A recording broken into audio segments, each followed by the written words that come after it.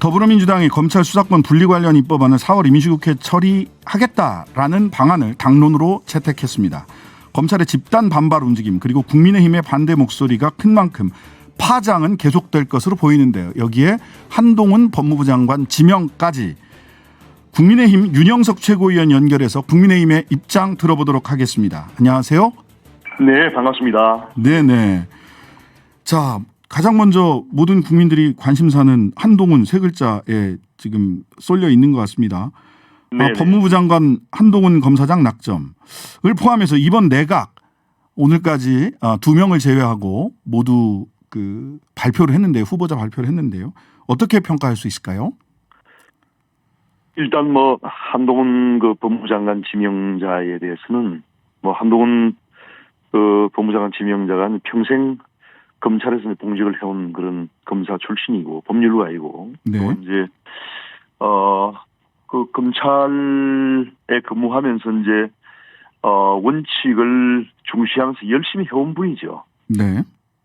문재인 정부에서도 이제 문재인 정부의 그런 여러 가지 기조에 맞춰서 열심히 하신 분이잖아요. 그리고 네. 이제 여러 가지 원칙을 중시했고 또한 여러 충분한 그 자격을 가지기 때문에 결격 사유가 마땅하게 없지 않는가 생각이 들고 네. 일단 충분한 자격은 가졌다고 생각을 합니다. 네. 네. 한동훈 검사장의 한동훈 후보자라고 부르겠습니다. 이제 한동훈 네네. 법무부 장관 후보자의 일성이 네. 소위 검찰의 수사권을 분리하는 것, 검찰에게서 수사권을 네네. 박탈하는 것은 반드시 저지되어야 한다. 이렇게 강한 얘기를 이제 했어요. 본인의 어떤 소신을 표현한 것이죠. 네네. 소신을 표현한 것이고 그런 소신은 공직자로서 있어야 되는 거죠. 네네. 그렇지 않겠습니까? 그래서 네. 지금 왜냐하면은 불과 1년 전에 네. 검찰에 대해서 이제 민주당이 6대 중대 범죄에 대한 그 수사권을 인정을 했습니다. 네. 그렇지 않습니까? 네. 그래서 그러한 6대 범죄에 대한 수사권에 제한을 해서 검찰의 수사권을 인정을 했고 네. 그것이 지금 정착되는 과정에 있는 거거든요. 네. 그런데 1년 전에 그런 것을 허용했던 지금 민주당이 네. 갑자기 이제 태도를 돌변해가지고 모든 수사권을 다 박탈하겠다 이렇게 했을 때 네. 이것은 결국은 대선에 패배를 했기 때문에 네. 이제 야당이 될 입장이지 않습니까 민주당이. 네. 그러다 보니까 여러 가지 지금 울산시장 선거 부정개입 사건이라든지 또 월성원전 경제성 평가 조작 이런 부분은 이제 어떻게 보면은 현재의 청와대와 문재인 대통령에도 관련이 되는 그런 부분이 있거든요. 네. 거기다가 또 대장동 특혜비리 사건 같은 경우에는 이재명 현 민주당 대선 네. 후보와도 이제 직결된 문제잖아요. 네. 또 여러 가지 이제 지금 민주당 국회의원들의 그 부정 비리에 관한 문제도 지금 적지 않게 지금 나오고 있는 상황이고 하다 보니까 네. 이러한 문제에 대해서 어떤 방탄용으로 결국은 검찰의 수사권을 박탈하고자 하는 것이 아닌가. 결국은 대선 패배에 따라 가지고 야당이 되기 때문에 그러한 어떤 두려움 때문에 지금 이것을 박탈하려고 하는 것이 아닌가 하는 그런 저는 의혹이 있을 수밖에 없다고 생각을 합니다. 네네. 왜냐하면 앞뒤가 안 맞잖아요. 네. 1년 전에는 6대 범죄에 대해서 수사권을 인정을 해놓고 네.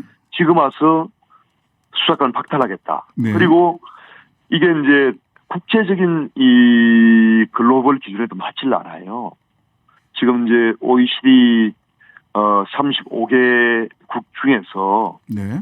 검찰의 수사권을 인정하는 국가가 27개국입니다. 네. 27개국. 미국이 지금 기소권, 수사권이 분리 독립되어 있다고 보통 얘기를 하지만은 네. 결코 그렇지 않아요. 미국은 검찰의 수사권이 굉장히 셉니다. 그런가요? 기소 독점주의도 유지가 되고 있고요. 네. 그렇기 때문에 미국이 마치 FBI가 모든 수사를 독점하는 것은 얘기를 하지만 결코 그렇지 않아요. 네. 그렇기 때문에 우리처럼 지금 6대 중대 범죄에 대해서는 검찰의 수사권을 인정하지 않습니까? 네. 미국도 비슷합니다. 그러니까 이런 부정부패에 관한 사건이라든지 또 마약 범죄, 조직 범죄 이런 부분에 대해서는 검찰의 수사권을 인정하고 있습니다. 네네. 또한 주별로도 상당히 광범위하게 검찰의 수사권을 인정하는 경우가 상당히 네. 많고요. 근데 그렇기 때문에 예. 국제적으로도 이러한 일본도 이제 마찬가지가 알고 계시죠. 그래서 일본은 딱 세 군데 특수수사본부가 있고요. 제가 아는 네. 바로는 네. 세 군데 그 영국 도쿄하고 같은 나고야하고 영국 같은 경우에도 이제 스코틀랜드 같은 경우에는 네. 검찰의 수사권이 광범위하게 인정이 되고 있습니다. 그리고 우리가 이제 독일 네. 법제를 많이 따르고 있는데 독일에는 예. 수사권과 기소권이 다 검찰에 있기는 합니다만은 네네. 수사관이 한 명도 없습니다. 그래서 실제 수사를 하는 검사는 없거든요. 그래서 아마 해외 사례는 지금 수사권이 인정돼 있죠. 이게 인정돼 있는데 수사를 하지 않습니다. 수사관이 없기 네. 때문에. 그래서 국제적으로 이제 그걸 연구를 한 많은 자료가 있거든요. 예. 제가 말씀드린 대로 OECD 대표적인 이제 선진국들 아닙니까? OECD 35개국 중에서 27개국이 검찰의 수사권을 인정하고 있습니다. 네. 이런 국제적인 통례를 다 무시하고 지금 민주당이 불과 1년 전에 6대 범죄에 대한 수사권을 인정해놓고 지금 와가지고 모든 것을 다 박탈하겠다는 것은 결국은 대선 패배에 따른 그런 어떤 야당이 되는 입장이다 보니까 그런 어떤 수사를 받지 않을까. 검찰의 수사권에 대한 칼날이 두려움이 묻어나는 그런. 자, 그러면 이걸 여쭤보겠습니다. 그러면 네네. 민주당이 두려워서 그러는 거다. 네네. 민주당은 왜 두려워할까요? 지연제가 많아서 그렇겠죠. 지은재가 많아서 혹시 네. 그러한 그 최고위원님의 발언이나 또는 한동훈 법무부 장관이 며칠 전에는 입장문에서 나타난 누구 뭐 박범계 추미애 다 찍어서 얘기했던 이런 것들이 네. 정치 보복으로 해석될 여지가 있지 않을까요? 정치 보복과는 좀 무관하다고 생각합니다. 정치 보복은 결코 있어서 안 돼요. 네. 정치 보복을 하기 위한 그런 어떤 보복이지 않습니까? 네. 절대 있어서는 안 됩니다. 그러니까 네. 전직 대통령들이 영어의 몸이 되고 이런 부분도 정말 국가적인 어떻게 보면 참 이게 굉장히 국격이 저하되는 그런 부분이거든요. 네. 그래서 이러한 정치 보복을 위한 정치 보복이 있어서는 안 되죠. 하지만은 그 명백하게 어떤 실정법을 위반했던가 하는 그런 부분에 대해서는 야당 정치인들도 검찰에 그런 수사를 받아야죠. 그런데 네. 그런 것을 아예 원천적으로 무력화시키는 것은 사실 이것은 민주당의 너무 무리한 지금 그 어떤 법 개정 추진이고요. 네. 저는 결코 이거는 성공하기 어렵다. 네. 그래서 지금 4월 말까지 이거를 뭐 하겠다고 하는데 네. 저는 이러한 부분이 왜냐하면 이 80년 그러니까 1940년대부터 지금까지 한 80년 역사를 가진 대한민국이란 그 사법 체계를 완전히 그냥 이 허물어 들어 있는 것이기 때문에 충분한 시간을 두고 국민적인 공감대를 얻어야 되는데 네. 너무 무리하게 추진하는 거 아닌가 하는 생각이 들고. 그러면은 속도를 조절하면 검찰로부터 수사권과 기소권을 분리하는 것은 적절한 건가요? 아니요. 그건 저는 특정한 분야에 대한 중대범죄 이러한 부분에서는 검찰의 수사권이 필요하다고 생각합니다. 네. 왜냐하면 검찰의 존재 이유라는 것이 그악을 그야말로 척결하는 거 아닙니까? 네. 그렇기 때문에 일반 경찰이 아직까지 우리나라의 어떤 FBI 같은 그런 어떤 법무부 소속의 그런 경찰기구가 있는 것도 아니고요. 네. 그동안에 이제 경찰의 어떤 수사의 범위라는 것이 상당히 이제 어떤 민생이라든지 이런 일반 국민들에 대한 그런 부분이 상당히 많지 않습니까? 네. 그렇기 때문에 이러한 그악에 맞설 수 있는 그러한 어떤 수사의 어떤 아직까지는 그런 경험이라 하는 것이 적다는 것이 그건 인정하시지 않습니까? 그렇기 때문에 충분한 어떤 시간을 두고 장기적으로 이제 그런 것을 검토해야 되는 것이지 당장에 지금 뭐 수사권을 완전히 그냥 검찰로부터 박탈하고 기소권만 인정한다. 이것은 굉장히 무리한 거죠. 네. 그러니까 그런 부분이 충분한 그 어떤 전문적인 검토와 또 국가기관과 국회 차원에서 충분한 검토가 선행되지 않으면은 네. 이러한 부분은 그 있을 수가 없는 것이죠. 자, 이런 그 지금 뭐 윤 최고위원님 같은 그런 입장에서 검찰 내부에서 오늘 언론에 보니까 이런 얘기가 나왔어요. 네. 한동훈 법무부 장관의 지명으로 인해서 네. 사실상 이 민주당이 이 검찰의 수사권 분리 삭제 방안을 추진할 수 있는 동력을 오히려 당선자가 역으로 준 거 아니냐. 그래서 언론에서 뭐라고 얘기를 했냐면 검찰 내부 관계자의 말이다라면서 인용을 해서 검찰을 버리고 한동훈을 택했다. 이렇게 이제 검찰 내부 의견을 제가 전한 게 보기에는 있습니다. 이 부분은 어떻습니까?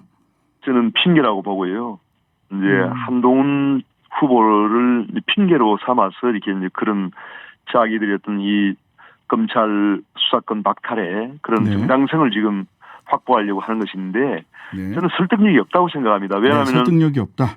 한동훈 후보자가 네. 어떤 결격 사유를 제시를 해야죠. 그러면은 자, 그러면 이건 결격 어떻습니까? 네, 그 한동훈 후보자는 지난 4월 6일 날 그 무혐의 네. 처분을 받고 나서 네, 김어준, 최강욱, 친정권 검찰 간부, KBS, MBC, 민원연, 추미애, 박범계 반드시 책임을 묻겠다라는 입장문을 네. 냈어요. 네, 법무부 장관으로서 이런 특정을 해서 굉장히 많은 숫자를 특정을 했던데 특정을 해서 책임을 묻겠다. 그 이런 책임을 태도는 묻겠다고 어떻습니까? 그 책임을 묻겠다고 한 이유는 네. 한동훈 후보자도 한 사람의 대한민국 국민이지 않습니까? 지금 근데 법무부 장관 본인이- 후보자죠. 본인이 생각할 때는 대단히 억울하게 검찰의 수사의 대상이 되었다는 거죠. 네. 그래서 압수수색을 당하고 모든 고초를 겪은 거죠. 그렇지만 어떤 혐의도 지금 입증을 검찰에서 못했지 않습니까? 거기에 대한 자기가 수사를 받게 된 것도 결국은 추미애 법무장관의 지시로 박범계 법무장관의 지시로 그런 수사가 이루어졌고 네. 또한 민원이라든지 어떤 각종 시민사회단체들이 또 거기에 대해서 고발을 했고 그렇지 않습니까? 네. 그렇지만은 거기에 대해서 현 문재인 정부의 검찰이 아무것도 입증을 못했잖아요. 결국은 본인이 억울한 거죠. 그런 억울함을 호소를 하는 거예요, 지금 본인이. 자, 그거는 충분히 가능하다고 저는 가능한 가능하다. 이야기라고 생각합니다. 네. 자, 그렇지 그리고 않습니까? 아니 본인이 억울함을 지금 토로하는 것도 안 됩니까? 그러면은 법무부 장관 후보자로서는 이 발언을 그거는 이제 또 어떻게 법무부 봐야 장관 될까요? 후보가 되기 전이죠. 네. 그런 얘기를 한 거는 네. 네. 네. 그거는 이제 전이고요. 네. 한 사람이 국민으로서 얼마든지 억울하게 자기가 수사를 당하고 고초를 겪은 데 대해서 그런 억울함을 토로할 수 있잖아요. 네. 네. 무리했죠. 추미애 장관과 박범계 장관이 무리한 거예요. 네. 자, 그러면 이제 법무부 장관이 되는 거니까요. 한 사람의 개인으로서 본인이 네. 방어권을 행사하기 위해서 핸드폰 비밀번호를 이렇게 제공하지는 않았어요. 그럼 한 사람의 그거는 그럴 수 있습니다. 근데 법무부 장관으로서는 어떤가요? 그거는 국민의 권리입니다. 본인의 본인의 개인정보를 보호하고자 하는 것은 헌법에 나와 있는 기본적인 권리예요. 네. 그래서 제가 그 부분을 말씀드린 게 아니고 법무부 장관으로서는 어떠냐 여쭤보는 겁니다. 불법을 입증하는 것은 수사기관의 책임입니다. 네. 그걸 당연히 법무장관이 됐든 대통령이 됐든 일반 국민이 됐든 그건 당연한 권리죠. 알겠습니다. 네네. 네. 자, 그러고 나서 이제 또 하나 이제 범죄는 당연히 범죄에 대해서는 누구나 공정하게 모든 범죄에 대해서는 수사를 받아야 되겠죠. 그런데 네. 검찰과 관련해서는 정말 공정하게 범죄 수사가 이루어졌느냐에 대한 의구심도 국민들이 가지고 있는 것 같습니다. 말을 하자면 김건희 씨의 소환 조사가 없다는 점. 그런데 윤석열 당선자 당선 이후에 산자부 압수수색부터 시작해서 굉장히 빠르게 전 정부를 향한 수사는 굉장히 빠르게 진행되고 있다라는 점. 이렇게 좀 공정성이 한쪽으로 좀 쏠려 있는 거 아니냐. 수사의 방향이. 이런 부분은 어떻습니까? 그거는 이제 추측일 뿐이잖아요. 그렇잖아요. 추측. 아니, 그러니까 사실관계를 말씀드립니다. 앞서 말씀하신 김건희 여사에 대한 네. 그런 지금 죄가 있다고 추측을 하시는 거지 않습니까? 아니요. 죄가 있는데 왜 압수수색을 하지 않느냐는 거 아닙니까? 아니죠. 조사는 해야 되는 거 아니냐. 죄가 있는지 없는지를 밝히려면 소환 조사를 해야 되고 대선 중간에는 갈 수 없으니 대선 끝나고 출석하겠다라고 했는데 여전히 출석해서 조사를 받았다라는 얘기는 없거든요. 예. 그런 부분은 네. 그동안에 이제 오랜 시간 동안에 문재인 정부 하에서도 오랜 시간 동안에 그거를 검찰이 수사 대상에 놓고 조사를 해온 거 아닙니까? 그렇잖아요.